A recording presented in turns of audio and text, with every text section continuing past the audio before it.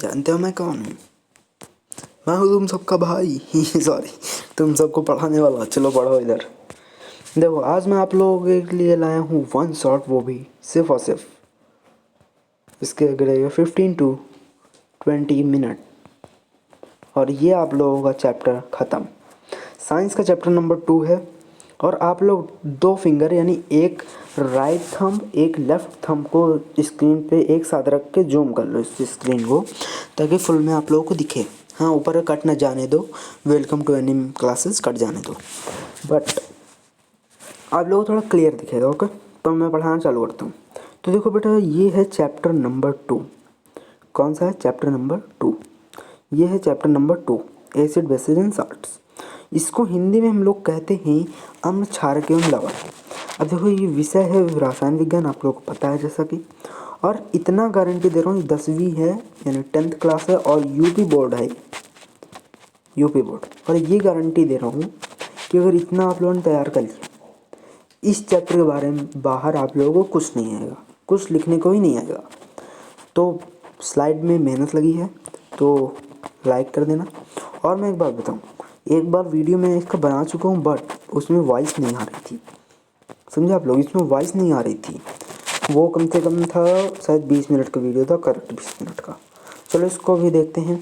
अगर आ रही हो आवाज़ तो मैं चेक तो कर ही लूँगा बाद में, कोई नहीं।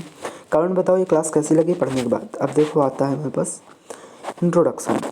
इंट्रोडक्शन का हिंदी में मतलब होता है परिचय।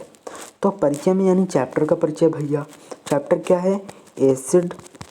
चैप्टर का नाम लिख दे रहा हूँ, एसिड बेसिस एंड सॉल्ट्स। पहले हम एसिड के बारे में पढ़ेंगे, बेसिस के बारे में पढ़ेंगे, फिर सॉल्ट्स के बारे में पढ़ेंगे। ओके, ठीक, चलो पढ़ते हैं। ओके, चलो ठीक है। देखो लिखा है सबसे पहले अम्ल, क्षार और लवण। आ गए? अम्ल, क्षार और लवण हमारे दैनिक जीवन का महत्वपूर्ण हिस्सा है। सही बात भाई, अम्लों का भी हम उपयोग करते हैं, क्षार का भी करते हैं, लवण का भी करते हैं। आप लोग को आगे पता चलेगा, वेट करो। ये हमारे भोजन, सफाई और दवाइयों और उद्योगों में उपयोग किए जाते हैं। इस अध्याय में हम इनके गुण, पहचान और अभिक्रियाओं के बारे में पढ़ेंगे, और भी बहुत कुछ पढ़ेंगे, पीएच स्केल, पीएच मान, इंडिकेटर्स। ओके, आगे बढ़ते हैं। देखो, अब हमें पढ़ना अम्ल क्या है, वाटर एसिड्स। इंग्लिश का भी थोड़ा बहुत नॉलेज ज़रूरी है, इसलिए मैंने यहाँ पे इंग्लिश आप लोगों के लिए लिखी है। अब देखते हैं आगे हम लोग। आगे देखो लिखा जो पदार्थ, ये आप लोगों के लिए डिफिनीसन है। अगर मान लो डिफिनीसन आएगी आप लोगों को 4 नंबर की, मान के चलो, तो आप लोग इसी को पूरा लिखोगे और ये एग्जाम्पल लिख दोगे। बस इतने में काम नहीं चलेगा। ये तो सिर्फ आप लोगों के 2 नंबर के ही पक्के हुए। अभी 4 नंबर भूल जाओ। इसके बाद जो मैं आप लोग ये देने वाला हूँ, प्रॉपर्टीज़ ऑफ एसिड्स, इसको लिखना पड़ेगा कहाँ पे? उदाहरण के पहले यानी बीच में। और वो जो मैं दूंगा प्रॉपर्टीज़, उनको आप लोग यहाँ लाइन में भी लिख के फिर दोबारा लिख सकते हो। एग्जामिनर इतना ध्यान नहीं देगा। ओके, इतना पढ़ते हैं आगे। जो पदार्थ जल में घुलकर H+ आयन यानी कि जो H+ आयन दे, उसको हम कहते हैं अम्ल। आगे लिख सकते हो, ये नीले लिटमस पेपर को लाल कर देते हैं। और इनका स्वाद कैसा होता है? आगे देखो पता चलेगा। इनका स्वाद खट्टा होता है। ठीक, कैसा होता है? इनका स्वाद खट्टा होता है। तो ये आप लोग एक प्रकार से 2 नंबर की डिफिनीसन ही हो गई। और इसके बीच में 2-3 एग्जाम वो लिख दो, गुण इसके यानी प्रॉपर्टीज़, फिर ये लिख दोगे 4 नंबर पर कन्फर्म। 6 नंबर का है तो उनको पूरा लिख देना। इसको पढ़ते हैं। ठीक, उदाहरण में आप लोग लिख सकते हो हाइड्रोक्लोरिक एसिड, जो आपके पेट में पाया जाता है, यानी जिससे भोजन पचाया जाता है।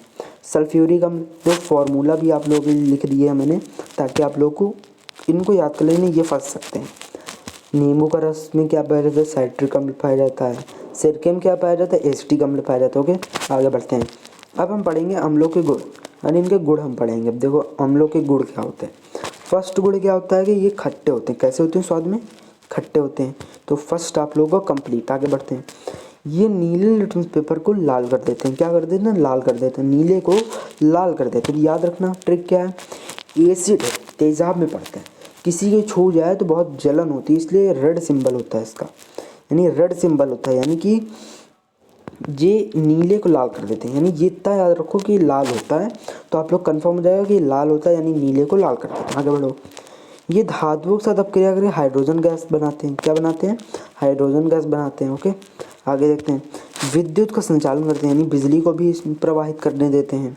और ये जल में घुलकर H+ आयन देते हैं। देखा, लिख दिया, 5 पॉइंट यहाँ से लिख दिया। और आप लोगों के यहाँ से 2 नंबर मिल गए और आप लोगों को यहाँ पीछे से 2 नंबर मिल गए। यहाँ पीछे से आप लोगों को यहाँ 2 नंबर मिल गए, तो हो गया टोटल 4 नंबर। यहाँ के आप लोग अगर देखो 6 नंबर का आएगा तो आराम से आप लोग अगर इतना लिखोगे तो आ जाएगा आराम से। अब हम पढ़ेंगे क्षार क्या है, यानी बेसिस क्या है। अरे बेसिस क्या है भाई, हमें नहीं पता है बेसिस क्या है। बेसिस क्या है उनको समझने के लिए देखो मैं आप लोगों को की पॉइंट्स देता हूँ। की पॉइंट्स का मतलब मैं दे रहा हूँ। देखो, की पॉइंट्स में हम लिख सकते हैं कि जो बेस होते हैं वो कड़वे होते हैं, ठीक। और वो क्या मैंने कहा, एसिड क्या होते हैं, वो होते हैं कैसे, खट्टे। ओके, अब देखो कड़वे होते हैं। और क्या हम कह सकते हैं, ये नीले होते हैं, लाल लिटमस पेपर को नीला कर देते हैं। ये जल में घुलकर OH- आयन देते हैं, समझे। ये हम लिख सकते हैं। अब देखो पढ़ते हैं। जो पदार्थ जल में घुलकर OH- आयन उत्पन्न करते हैं उन्हें क्षार कहते हैं। और जो मैंने बताया वो लिख सकते हो। अब देखो यहाँ पे कुछ एग्जाम्पल दिए हैं, इनको याद कर लेना। Hydroxide, sodium hydroxide NaOH, potassium hydroxide KOH, ammonium hydroxide NH4OH, ठीक, कंफर्म। अब आगे बढ़ते हैं। अब इनके प्रॉपर्टीज़ लिख देना।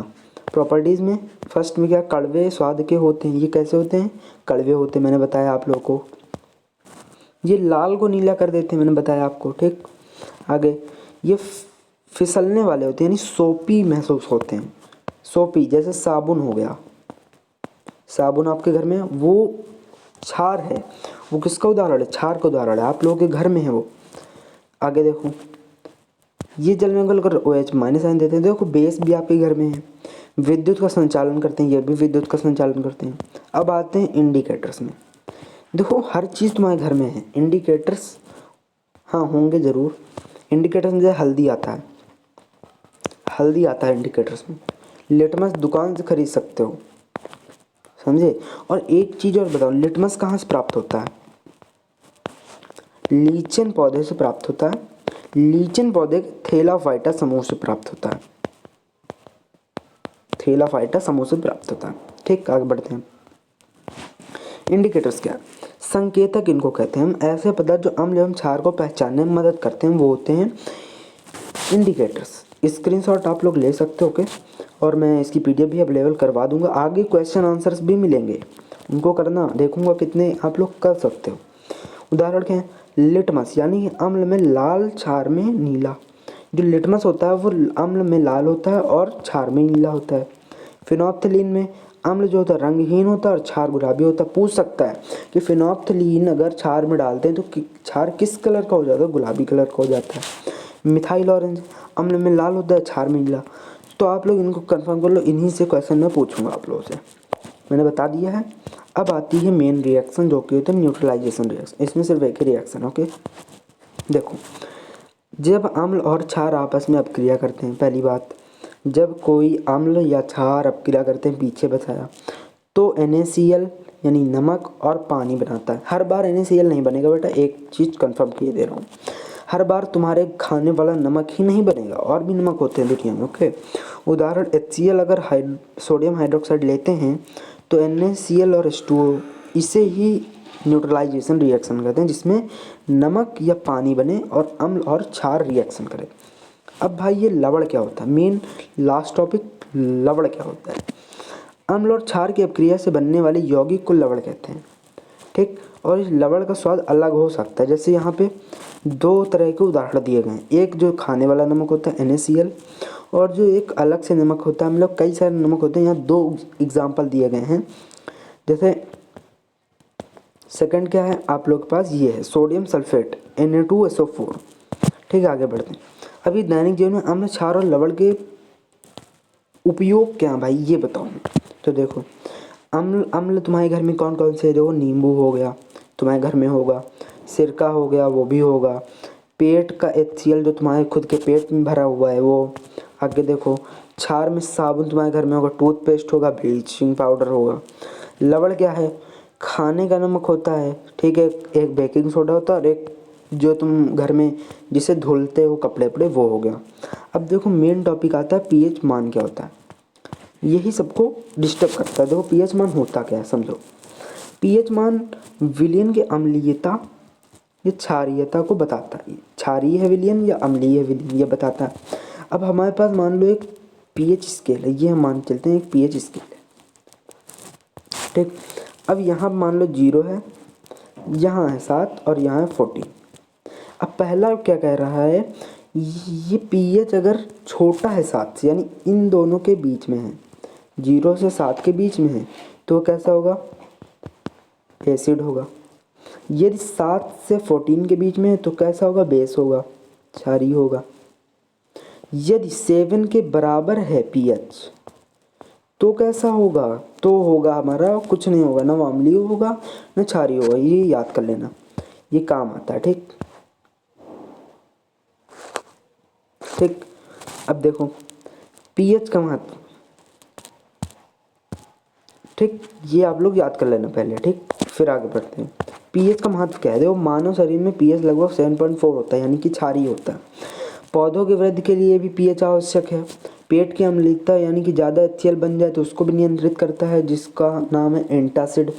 ये एक प्रकार से पीएच है, इसके पीएच मान वैसा होगा, ठीक। कुछ महत्वपूर्ण लवण, अब देखते हैं कुछ महत्वपूर्ण लवण, इनको याद कर लेना।